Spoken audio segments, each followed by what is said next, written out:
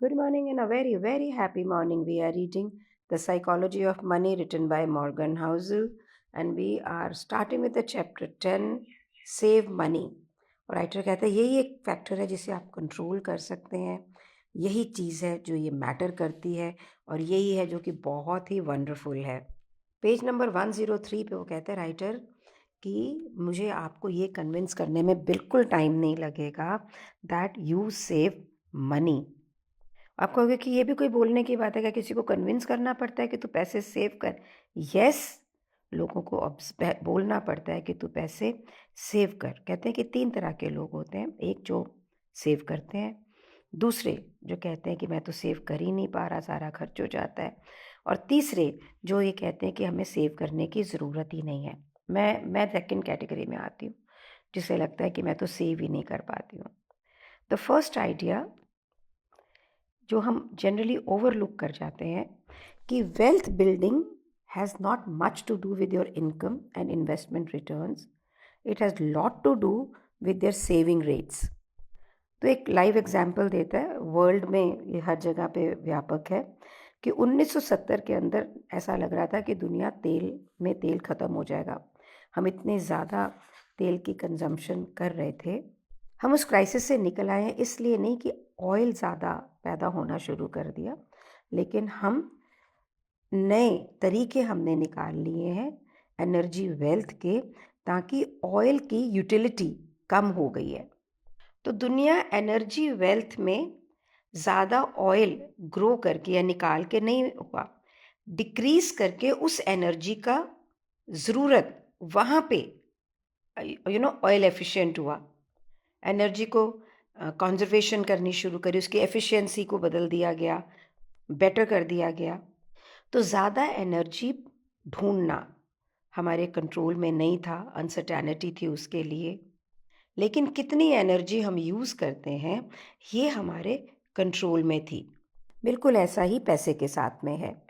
जो इन्वेस्टमेंट्स हैं ये आपको रिच बनाते हैं, जो उसका रिटर्न आता है, और फिर ये इन्वेस्टमेंट आपकी काम करेगी कि नहीं करेगी, मार्केट का क्या रहेगा, तब भी रिजल्ट जो है ये अनसर्टेनिटी में है। लेकिन पर्सनल सेविंग, फ्रूगैलिटी यानी थोड़ी कंजूसी करके ज़िंदगी को जीना, अपने पैसे को थोड़ा कंजर्व करके जीना, एफिशिएंटली जीना, जो ये पैसा आप बचाएंगे तो उसके चांसेस ये हैं कि आप फ्यूचर के अंदर बेटर कंट्रोल ऑफ पैसे में रहेंगे, बेटर लाइफ के कंट्रोल में रहेंगे।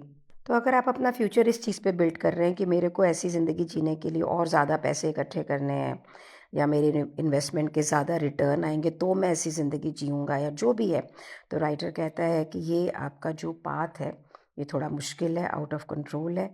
लेकिन अगर आपका व्यू ये है कि मैं एफिशिएंटली फ्रूगैलिटी से अपनी ज़िंदगी को जीऊँगा, तो आपकी डेस्टिनी ज़्यादा क्लियर है।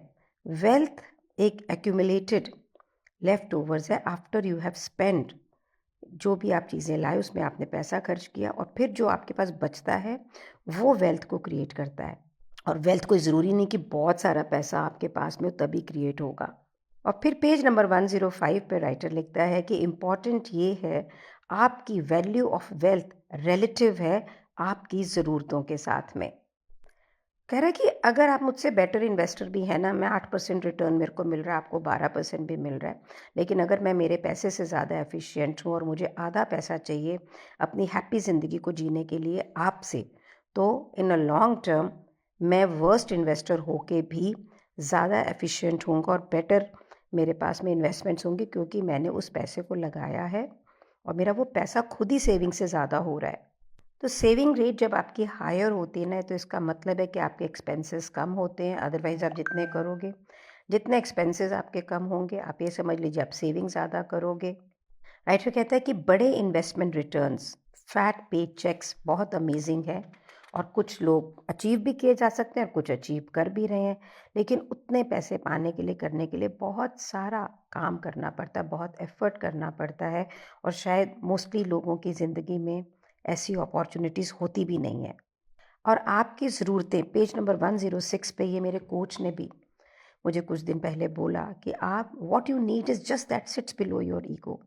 कि ये जो हमारा बड़ा घर, ऐसी लाइफ, ये हमारी ईगो से और हमारी ज़रूरतें जो होती हैं ना, हमारी ईगो से बहुत ही कम होती हैं। ये बातें शायद मुझे कम समझ में आई जब उन्होंने बोली, पर अब मैं यहाँ पढ़ रही हूँ तो I am getting more clarity when he said ego means what. बहुत सारी चीज़ें हम समाज की दृष्टि से भी ठीक समझ के करते हैं, शायद बेसिक रूल में हमें उसकी ज़रूरत नहीं है। हम सबको एक बेसिक ज़रूरतें हैं, और जब वो कवर हो जाती हैं तो एक level of comfortable, entertaining, enlightening शुरू होता है। And the way we spend our money, ये शो करता है लोगों को कि तुम्हारे पास क्या है, कितने पैसे हैं। इसको ऐसा सोचो कि अपनी सेविंग को करने के लिए इनकम ना भी बढ़ाओ, तो अपनी अगर ह्यूमिलिटी को बढ़ा लो, मीन्स अपनी हम्बलनेस को अगर हम बढ़ा लें, तो ही हम पैसे को बचा पाएंगे। अगर इस कॉन्वर्जेशन को जो इस समय बुक में हो रही है, saving as a gap between ego and your income, तो आप रियलाइज़ करेंगे कि बहुत सारे लोग जिनके पास बहुत अच्छी इनकम है, वो बहुत कम सेव करते हैं। And believe me, I am also one of them. दिखाने की बात नहीं है, मैंने अपने लाइफ के स्टैंडर्ड्स को जिस हिसाब से रखा है वो ज़रूरतों से तो बहुत ऊपर है। और जब मैं पढ़ रही हूँ तो मेरे अंदर मुझे अच्छा नहीं लग रहा है पढ़ने के अंदर। I am getting uncomfortable because my life style is being questioned. और यहाँ से शुरू होती एक डेली स्ट्रगल, जो पिकॉक फेदर्स यहाँ पे वर्ड यूज़ किया गया, मतलब दिखाने के लिए, जहाँ पे हम अपनी आउटर मोस्ट लिमिट्स पे जाते हैं और कोशिश करते हैं कीप अप करने की, जैसे कि और लोग ज़िंदगी जी रहे हैं। जो लोगों को पर्सनल फाइनेंशियल सक्सेस मिला है ना, तो अगर आप ये देखोगे ना, they don't care about what people think of them. मेरी एक बुआ है, वो 5 स्टार होटल में जाके कभी भी उन्होंने चाय कॉफ़ी नहीं पी। कोई एग्जीबिशन होती थी, मेरा स्टॉल होता था, वो अपने बच्चों के साथ आती थी, उनके बच्चे कहते थे मम्मी यहाँ ये करा दो, उन्होंने कभी नहीं किया। उस समय 500 रुपये की टी कॉफ़ी आती थी। I am talking about 2006 and 7 in Delhi. She didn't care about it. She saved. They have their home and everything. मतलब उनके पास कितने सारे assets हैं. They are much much richer than us. But yes, the living is really frugal. हम उन्हें कंजूस बोलते हैं, उनका मजाक भी उड़ाते हैं, but I don't think she cares about it. तो लोगों की जो क्षमता है to save, they are so much in control. शायद मैं और आप इस चीज़ को समझ ही नहीं पाएंगे। आप शायद उस लाइन में हो, लेकिन मैं आज इसको समझने की कोशिश कर रही हूँ। Saving can be created by spending less, and you can spend less if you desire less, and if you desire less you don't care about what people are thinking of you. Writer कहता है, बार बार मैं आपको ये बात कह रहा हूँ कि जो पैसा है ये साइकोलॉजी पे ज़्यादा डिपेंड करता है कि आप कैसे और कितने वेल्दी हैं, rather than your financial actual condition. You don't need a specific reason to save. तो कुछ लोग पैसे सेव करते हैं अपने घर में डाउन पेमेंट देने के लिए, कुछ नई गाड़ी के लिए, और कुछ रिटायरमेंट के लिए। ये बहुत ही अच्छा है, लेकिन राइटर कहता है कि कोई भी सेविंग का गोल ये नहीं होना चाहिए कि आपको कुछ खरीदना है। सेविंग होनी चाहिए सेविंग के लिए, और ये करनी है और हर एक को करनी है।